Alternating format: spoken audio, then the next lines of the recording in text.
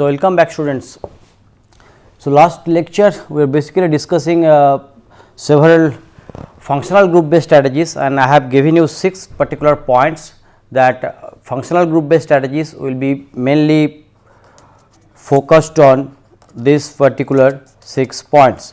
And if you remember the 6 points, we have started the point number 1 where we have discussed functional group based key skeletal disconnection. Means a skeleton of a given molecule was given to you and you have to disconnect the skeleton by having a clear look on the molecular structure, and then you can try to find it out what are the possible transformation you can think of to disconnect the molecule to a suitable intermediate, so that intermediates are commercially available. And we have discussed a complex carbocyclic molecule which can be easily accessed from a cyclohexanone through a combination of aldol and Michael reaction, and finally a late stage carbonyl reduction reaction.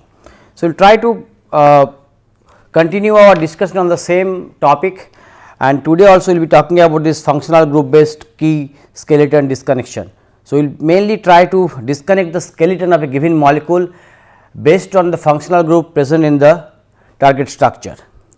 Now, particularly this particular problem which I am now going to discuss, the target molecule having a structure something like this. It is alpha beta unsaturated cyclopentene based aldehyde, and this particular center is having a hanging appendage of a sec butyl group. Though the stereo center was given, we will be not discussing about the stereo center here, but the starting material which was given is a 6 member based cyclohexene. Now, your target is this and your starting material is this. So, this is your key skeleton or the skeleton of the target molecule, and you need to rely on the functional group present in this molecule to have a correlation that how this target molecule will be relating to the starting material through some functional group based disconnection approach. Now, as you see, the alpha beta unsaturated aldehyde, probably the very first disconnection which will be coming to your mind will be something like this. You do a aldol based disconnection if you having a this compound. We just disconnect this particular bond through a aldol dehydration. Now, obviously, this is a purely functional group based approach. As you are having a alpha beta unsaturated aldehyde here, we assume that this ketoaldehyde can be undergoing aldol reaction by generating this carbon ion here to go react here and then aldol dehydration. Now, try to correlate how this compound can be correlated with this particular starting material. Now, you see, only active functional group present in the starting material is the olefinic functional group, and this compound does have a dicarbonyl functionality. So, in principle, if you can think about doing a simple oxidative cleavage. Now, this kind of oxidative cleavage we have discussed earlier, and this oxidative cleavage basically will correlate to the starting material. Means that if you do a oxidative cleavage such as ozonolysis kind of thing, this double bond will be chopped and you get MECO, CH2 CH2, 2 methylene. Then your hanging appendage with the proper stereo center will remain unaffected, and then this CH2 CHO, CH2 CHO. So, see this kind of approaches are absolutely simple, and eventually if I now try to analyze the forward synthesis, you will see that how this forward synthesis can be effectively constructed. So, your starting material is this. Now, I say in the forward pathway we will be first doing a oxidative cleavage of this particular double bond. Now, you can basically think about numerous way you can continue this oxidative cleavage. The pathways are, you can do a ozonolysis reaction, you can do a first make a diol and then you can cleave this diol with sodium periodate, the transformation which we have already said a Johnson-Lamux reaction, Johnson-Lamux oxidation.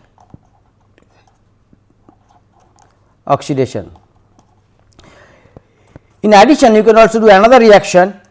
You treat this compound with MCPBA to give you the epoxide, then this MCPBA you do a acid hydrolysis, that will give you the diol, and then you cleave with sodium periodate. So, there are many different ways you can chop or you can keep this double bond to basically generate this carbonyl compound or dialdehyde, which is required for the aldol reaction. Now, once you have this dialdehyde, your next step is you can do a simple aldol reaction. Now, here basically you are having ketone and aldehyde. So, you do a simple base mediated reaction to generate this carbon ion here, and then this goes there, you get the aldol dehydration to close the synthesis, and the entire pathway is basically governed by the functional group based skeletal disconnection. Now, important point is whatever starting material we have taken, the particular this stereocenter remain intact here, because the stereocenter was not touched, it was not touched. So, try to figure it out in this way that whenever a key skeleton was given to you, you can basically formulate or you can design the pathway based on your available transformation, and you have to basically correlate that how the starting material which is available to you or which was given to you, you can basically think of that how the starting material can be correlated in a forward pathway to the design target. On the similar line, we will try to do another skeletal disconnection for a target molecule whose structure is a spirocycles. We are talking about the spirocycle ketones, a 6 member and 5 member spirocycle. Here you have a double bond, and this 5 member you have a carbonyl functionality. This is the target molecule, and the starting material which was given to you is this compound, a cyclohexyl based alpha beta unsaturated ester, not alpha beta unsaturated, alpha beta unsaturated esters, sorry, is a alpha beta gamma unsaturated esters. Now, try to correlate these structures. This part is remain as it is in the starting material. Okay. Only thing is the CO, this CO. So, basically you have to introduce this 1, 2, 3. It is a kind of a 3 carbon extension you need to do. So, this is I called a skeletal disconnection. So, now if I do a very conventional retro, probably the retro or the transformations all of you know it. If I say you are having this compound,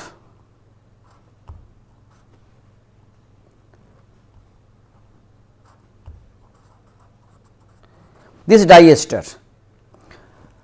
So, basically what we are trying to do, you just made this disconnection, because the starting material it is already having this framework which is C double bond O X. So, this part is having the starting material. So, you want to make a new carbon carbon bond here, then you can close these things at this end with the leaving aptitude of this OET or the ethoxy group. So, basically you need to make 2 bonds here.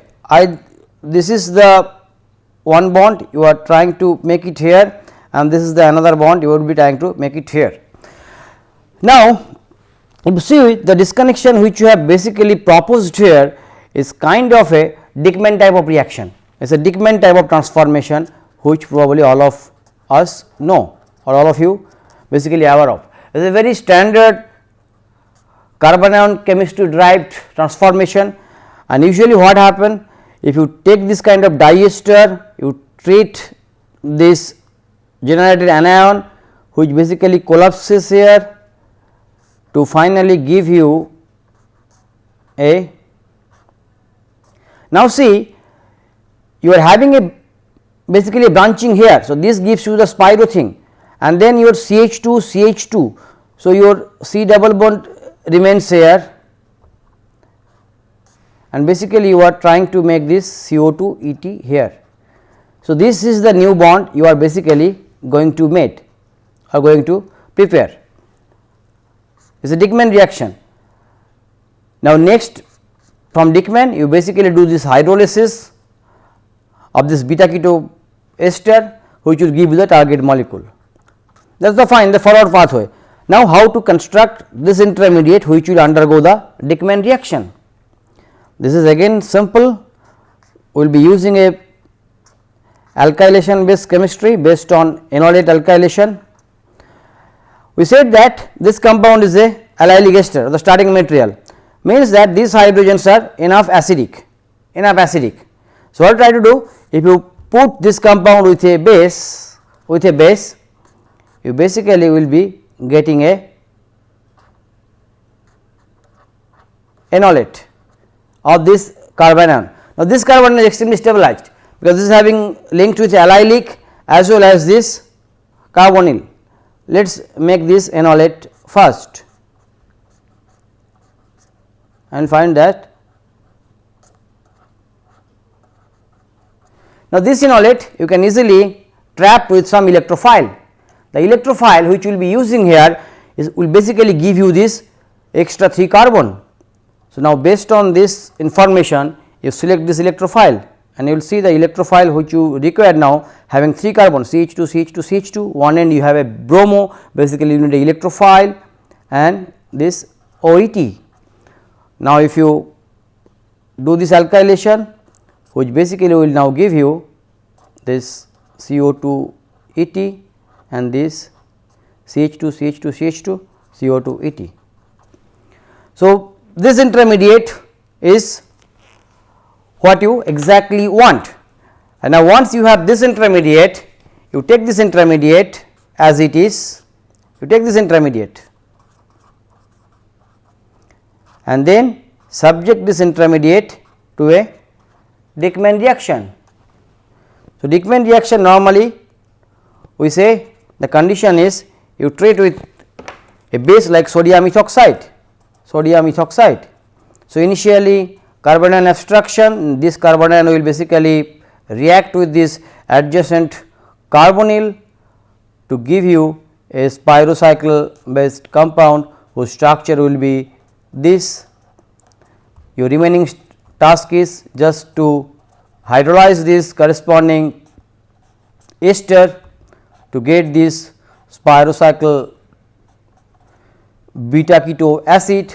Beta keto acids are very easy for decarboxylation reaction, you just heat it, they will spontaneously release the corresponding decarboxylated product, which is basically the target molecule which you are looking for. So, eventually see, if you see the whole target and try to correlate the stereochemical, sorry not stereochemical, if you try to correlate with this particular starting material, you will find that this involves basically 2 bond making. You are making a new carbon-carbon bond here, you are making a new carbon-carbon bond here. This part was given to you. So, this entire part, this part as well as this part was given to you, and then you make 2 new carbon-carbon bonds. The transformations which you basically use in the entire thing, we do a enolate alkylation, and in addition you do another transformation which is very important transformation, Dickmann transformation. So, as I said earlier, this entire transformation based strategies, functional group based strategies, substrate based strategies all are similar, but here basically we have tried to figure it out. This transformation or this disconnection is based on a functional group based approach. That is why you put a carbonyl group, this is the main functional group which was placed in the target, and this carbonyl group was disconnected or was thought to be constructed from this starting material, and then this follows the entire retro pathway, which is also a simple functional group interconversion or functional group addition kind of thing, and that basically completes the entire synthesis in a efficient pathway. In a similar way, we will try to now analyze a molecule whose structure is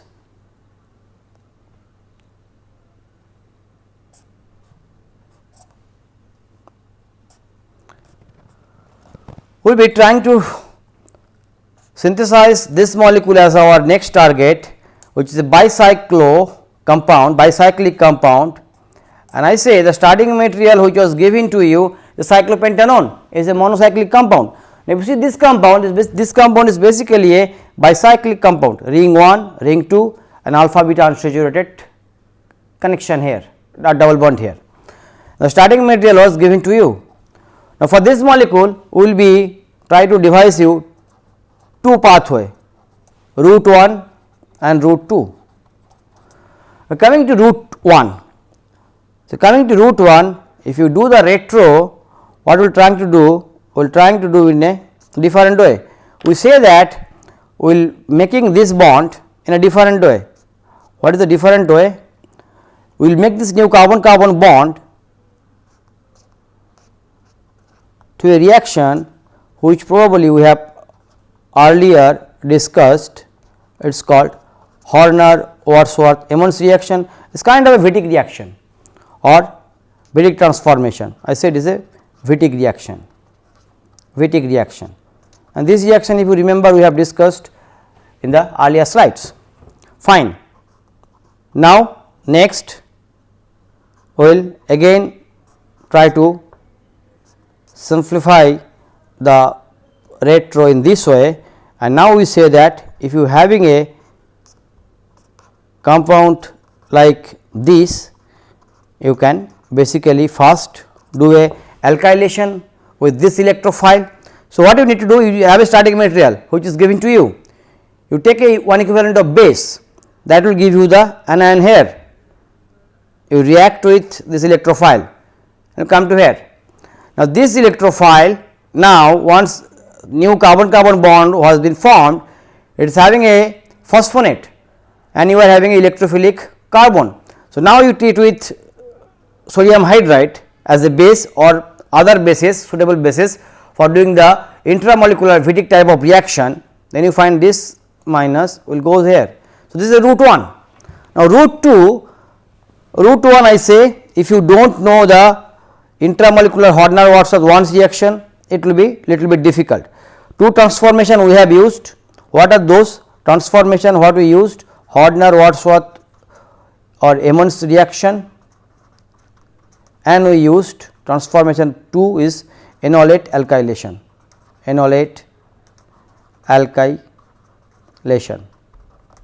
Similarly, route 2 if you now try to figure it out, we will be having a simplified route. Now, route 2 we say we will be doing it a different way. The initial retro was this, again this same bond, and then now we say if you having a intermediate something like this, you can easily do through a intramolecular aldol reaction. So, the first retro will basically based on a intra-aldol. So, same bond, same disconnection, you can in principle construct through a two similar type of reaction, because this reaction is basically a carbon-carbon bond forming reaction. You can use it through a intramolecular Wittig reaction or Horner-Wadsworth-Emmons reaction, or you can do a intramolecular aldol reaction. Now, aldol reaction probably all of you are aware of that. So, that is why I said this route is simplified route. Now, the next retro is similar, is based on enolate alkylation.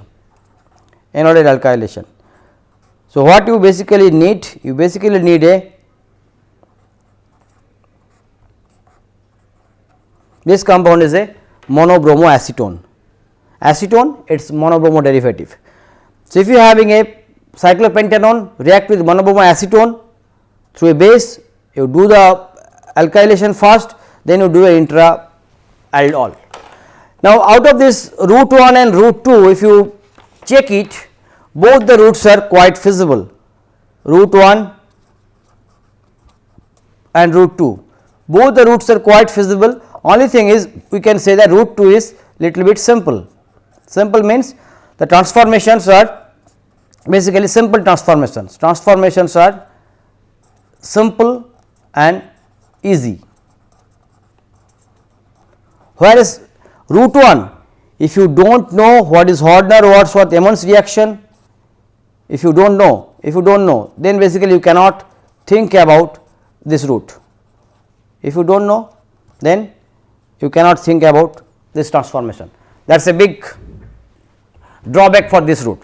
But if you know this route, there is a ample opportunity, you can think about that both the routes are in principle, it is quite possible, it is quite possible. Now, next question probably I will rather ask from you people, or you may ask that how this compound can be prepared. This is one of the intermediate or the starting material we have shown in the route 1. Now, actually this can be easily prepared from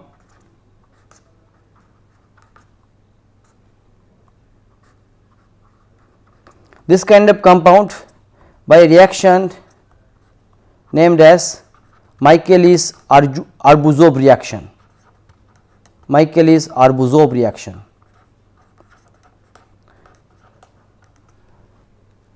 Now, Arbuzov reaction is basically a very interesting reaction. If you have a alkyl bromide, you react with triethyl phosphite, and then once the reaction is over, you basically get this alkyl phosphonate with the loss of one equivalent of ethyl bromide. The mechanism for this reaction, you can basically go to the scenarchive.com, the website which in the very beginning we have discussed, scenarchive.com, that will basically give you the mechanism of the reaction. And here basically if you take this dibromo compound, react with one equivalent of triethyl phosphite, you will be able to get this bromophosphonate, which is serving as a alkylating agent as well as one end will serve you as a Horner-Wadsworth-Emmons reaction. So, in this way basically you can do a Kidd skeletal disconnection, which will also help you for your further and future synthetic challenges. Next, we will be doing a similar kind of skeletal based strategies, and the reaction which you will be now discussing is already known to you. So, probably I assume that this target probably you can able to do, because the information which you shared already in a transformation based approach, the knowledge has been already shared with you. I said you have a target molecule which was this structure, and the starting material which was given is a 3-methyl cyclohexenone, simple starting material. Now, the target was given to you, if you try to correlate the target, and it seems to be a target which basically does have a alpha, beta, gamma, delta unsaturated carbonyl compound at the left hand side. The right hand side is having alpha, beta unsaturated carbonyl compound. Now, we have discussed it many times that whenever you find that you have a gamma delta unsaturated carbonyl compound, the best reaction or best transformation will be Johnson orthoester reagent, Johnson orthoester rearrangement or Johnson-Claisen rearrangement, Johnson-Claisen transformation. So, now we do the skeletal disconnection,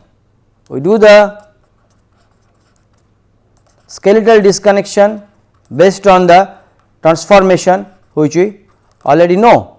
Now, see the transformation, we say that first we will try to introduce this vinyl group, because this vinyl group can be easily constructed. Now, I say this X should be something which will only accept one equivalent of vinyl lithium or vinyl other species. Basically, you need a vinyl species here.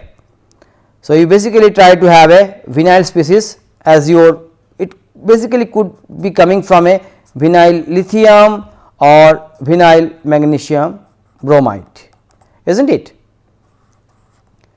Now, this is a purely alpha beta gamma delta unsaturated carbonyl compound. If we put X equal to OET, it is a gamma delta unsaturated ester. So, next is very simple to do a Johnson orthoester Claisen kind of transformation. Now, I will now put that if you having this kind of allylic alcohol, you do a Johnson Claisen, then basically you can come with this intermediate. Now, definitely we will explore the forward pathway, then you will see how easy these things can be done. So, this is your starting material. So, now start with the starting material. First reaction is very known to us, is a Lucci reduction. Lucci reduction, the reagent was basically used sodium borohydride and cerium chloride, a combination of a cerium chloride, and then basically you get 1,2 addition of a hydride to give you this allylic alcohol. Okay, as a Lucci reduction, we have talked it many times. Now, once this Lucci reduction was done, you are basically having a allylic alcohol, isn't it? Now, this allylic alcohol is subject to Johnson orthoester Claisen rearrangement. The common reagent is triethyl orthoacetate in presence of a H plus source catalytic amount. Now, as I said, initially you will basically having a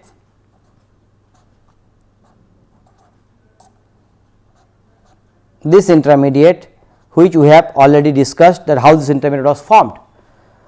Now, the subjected to heat, it is a pure 3,3 Claisen rearrangement 1 2 3 1 2 3, and if this reagent or this rearrangement goes, basically you will be now having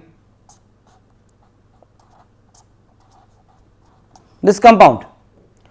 Now, ester is a definitely good electrophile and you can react with vinyl Grignard or vinyl lithium, but definitely once you react to it, you have to first ester will react with vinyl Grignard, that will give you the ketone, then ketone is again reactive. So, basically you will end up with a tertiary alcohol, the reaction won't stop in the ketone step.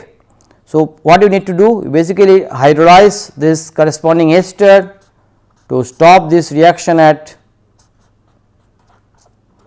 acid step. Then the transformation we have already discussed is called Van Rapp ketone synthesis,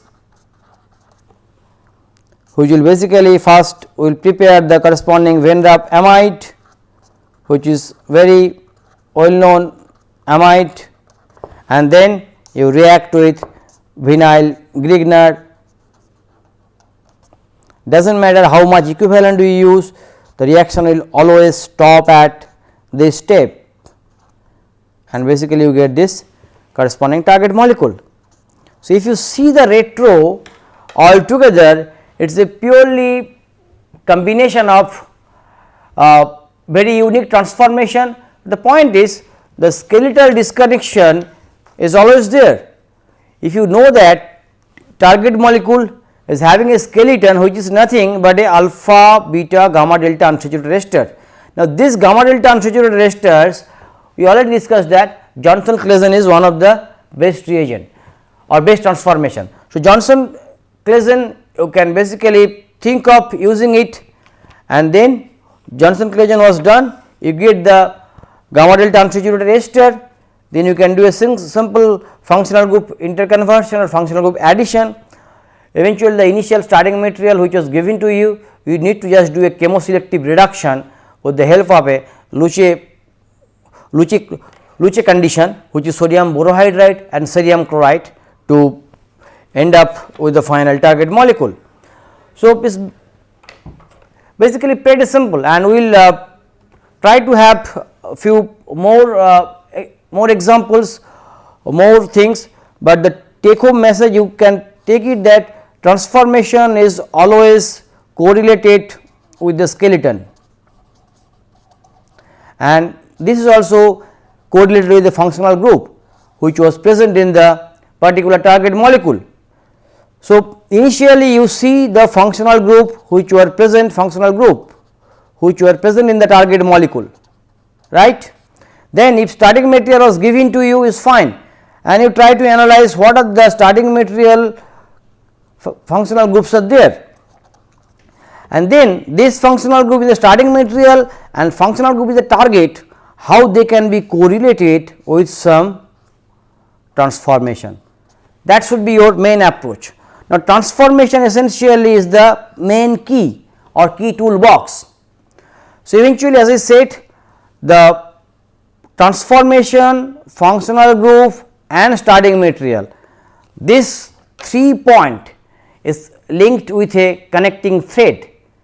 Until and unless you have these 3 points together, a suitable retro pathway cannot be designed.